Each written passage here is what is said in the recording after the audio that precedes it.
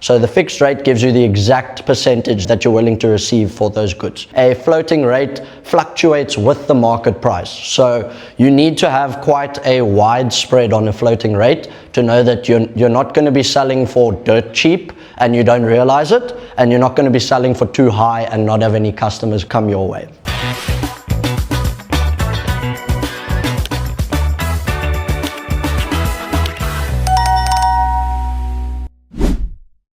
Basically, creating an offer is very simple. This is how you're going to get your crypto live on the marketplace, right? So the first step to creating an offer is obviously selecting the type of crypto that you're willing to sell. So I personally use a lot of USDT. That's my main seller. The reason I use that, as we were speaking about earlier, the dollar doesn't fluctuate too much. So because it's a stable coin, I know that if I hold large amounts of USDT, there's going to be no problems when I wake up the next day and, I don't know, like with Bitcoin, you would have lost 15%, like David was saying earlier. You don't get this issue with USDT. So I use a stable coin. So you'll select the type of cryptocurrency that you're willing to sell. Then you will select the currency that you want to be paid in. This can be any currency. If you've got an overseas bank account, then you guys can even receive pounds, US dollars, Japanese yen, whatever account you might have. I only have Rand accounts, so I'll select ZAR specifically. You then go on to titling your offer. So this is usually your offer terms or the description of what you're selling. So I usually do buy USDT with a bank transfer. So when they see my advert on the marketplace, they're going to see that they can buy crypto from me through a bank transfer, right? Once you've got this down and dusted, you move on to your terms and conditions of your offer. So like Dave was mentioning earlier, you want to verify your client. So I don't take any trades personally without knowing who the money comes from, right? So I'll put in my trade terms. It's a term and condition. They shouldn't open the trade with me without being able to give me their ID and a PDF proof of payment to know that I've received the money, right? The name on the proof of payment obviously needs to match the sender as well. So I make sure of that before I release any crypto. Otherwise, we have moderators on the QuickTrader platform that help you solve that situation. You then open a dispute. Lastly, you need to select your minimum and maximum amounts that you're willing to sell. So let's say I've got 5,000 Rand to sell.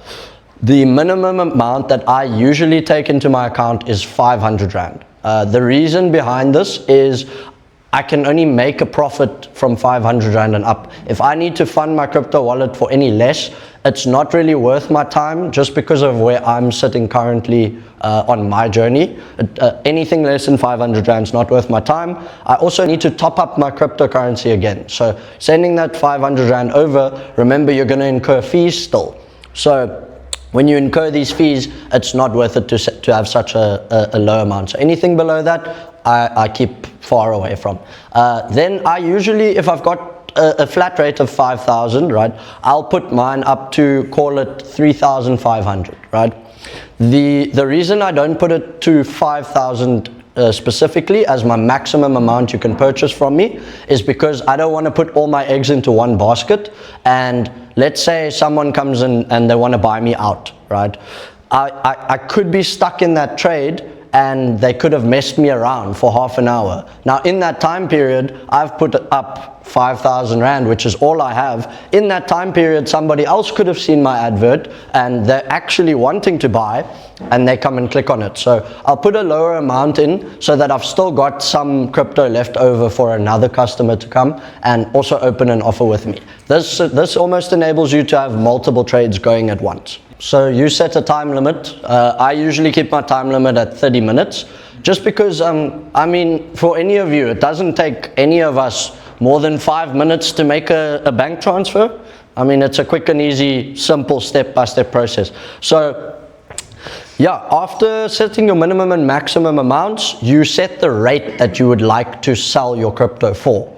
I usually stick between 5 and 8%. Definitely on QuickTrader, I'll be sticking to quite a low rate. The reason behind this is if you want a specific amount, right? So call it 5% flat. You want to sell your 500 Rand and make 5% on top of that. You'll set a fixed rate. So the fixed rate gives you the exact percentage that you're willing to receive for those goods.